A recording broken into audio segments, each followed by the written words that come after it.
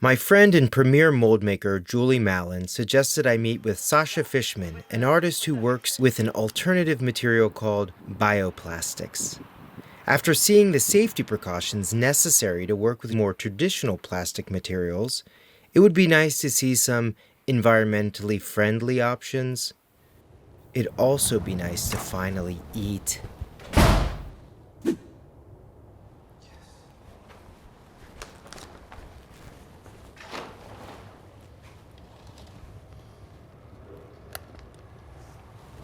Oh, hey, that's my algae. What? Yeah, that's my algae. It's for my bioplastics. Oh, I didn't see you there, Sasha. Hey, How's it going?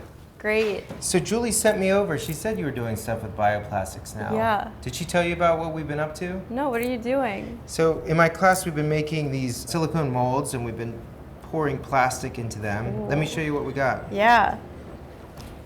Nice. Very cool. So I like how the project turned out, but I have to admit, I'm sort of concerned about some of the health and environmental consequences of working with these materials. I totally understand. Bioplastics can offer an alternative to working with plastics that aren't toxic. You could even eat them. I like to use these at pouring into molds and using them as alternative options to plastic. You can get something flexible like a rubber or something hard and brittle like a resin. These are all different tests that I've been doing over the years. So you've made samples of hundreds of different batches of this material. Oh yeah, there's so many different things you can do. Beautiful. And so many different sources. The transparency is great. What are you making these bioplastics out of? Those are from chitosan, which is from crustacean shells and insect shells. A lot of the ones in this book are from algae, gelatin, starches, cellulose, like different kinds of plants. And today I'm actually working with agar. Agar, so what's that? Agar is a polymer, a biopolymer that comes from the cell walls of seaweed. And these are different types of seaweed that have just like components of agar that gets extracted commercially. You can buy agar like this in these block forms. It can also come in a powder. So not only is this stuff less harmful for the artist who's working with them, but this is also totally renewable resources. I mean, this is stuff that's washing up on the beach. Yeah, but I will say that the materials you're working with in Julie's class are really stable and they'll last a very long time. They're also able to withstand a lot of wear and tear. What are some of the downsides of bioplastics? They do tend to break down much faster than plastic, so I don't know if a keychain is the best application for them, but I think for the purposes of art, I think they offer a great alternative. Great. So can we mix up a batch today? Yeah, so as I said, this is the agar powder, and we're going to be mixing it with water. We're also working with glycerin. It's just like a clear, syrupy substance that kind of helps the bioplastic to become more rubbery. It's also totally non-toxic. It's in a lot of baked goods and body products. So these are some more samples of what we're going to be doing today. This is a cast of a brain. So you used a mold. It came from this mold, yeah. And then this is what you produced. Yeah. Ooh, it's slimy. I know, whoa. And then this is one from last week. It looks kind of like a witch's hat, but it used to be a cone. The thing about bioplastics is that they're also unpredictable. Like they'll warp and shrink, and sometimes they'll grow mold. So there's a lot of agency the material has over you as it starts to change over time. Well, that's different than the products I've worked with. Exactly, but it's also kind of exciting. Yeah. Yeah. They're collaborating with these materials. Exactly, yeah. So to make a bioplastic with agar, I'm gonna start with some water. And I'm gonna measure out some agar. And I'm just sprinkling it into the water so it mixes in there and doesn't clump. And then I'm also adding glycerin. It's really simple. It's kind of just like cooking, making Jell-O. How about some of this? Oh yeah, I wanted to add that for pigment and for strength properties that algae has. Just a little dash? Yeah, let's put some in there. Ooh. Oh Yeah, God. it really turned it green. Yeah. So now I'm just gonna heat it up. The cool thing about this that's also different from plastics is you can just do this in your kitchen, you know?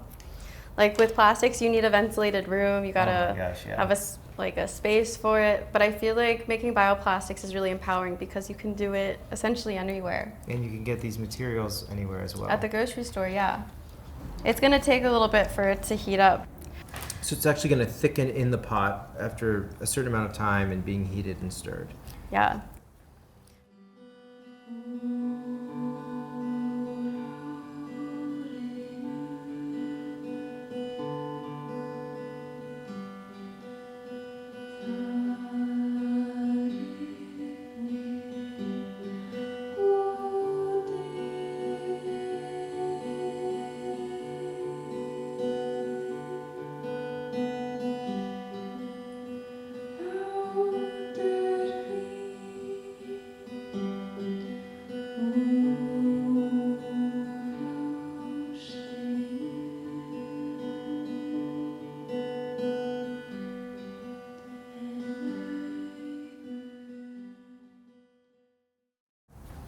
We're basically going to be making something like this. So this is the mold and this is the cast. So I put some rose petals, some plant matter, and different things in there. It could also be used to make like some kind of stained glass situations. It could be used for lamps.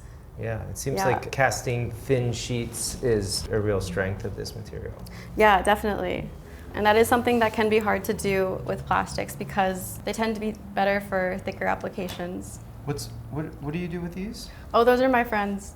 Oh. I was putting them on my fingers earlier. Oh, very nice. Yeah, those are cicada shells.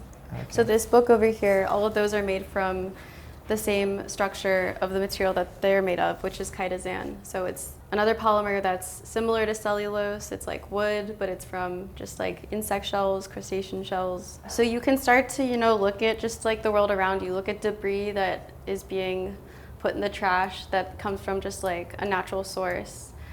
Think about the properties of it. Are they really hard and sturdy and they last a while? That could be a really great source of a bioplastic. Okay, it's starting to thicken. Yeah, I can see it's like twice or maybe 3 times thicker than it was before. Yeah. Almost syrupy. And you have a very low boil. Exactly. You don't want to make it super hot. Yeah. It'll start to denature the polymers. Okay, we're going to pour it. It smells good. I'm going to save some for another Yeah. little one. Do you want to stick some plant matter in there? Yeah, that'd be great. I'm going to press them in. And these are just sort of decorative. Yeah, little seed pods. They also can kind of help with the structure of it. You can also add fabrics to it, fibers. Those can help to reinforce it. It's a really pretty green.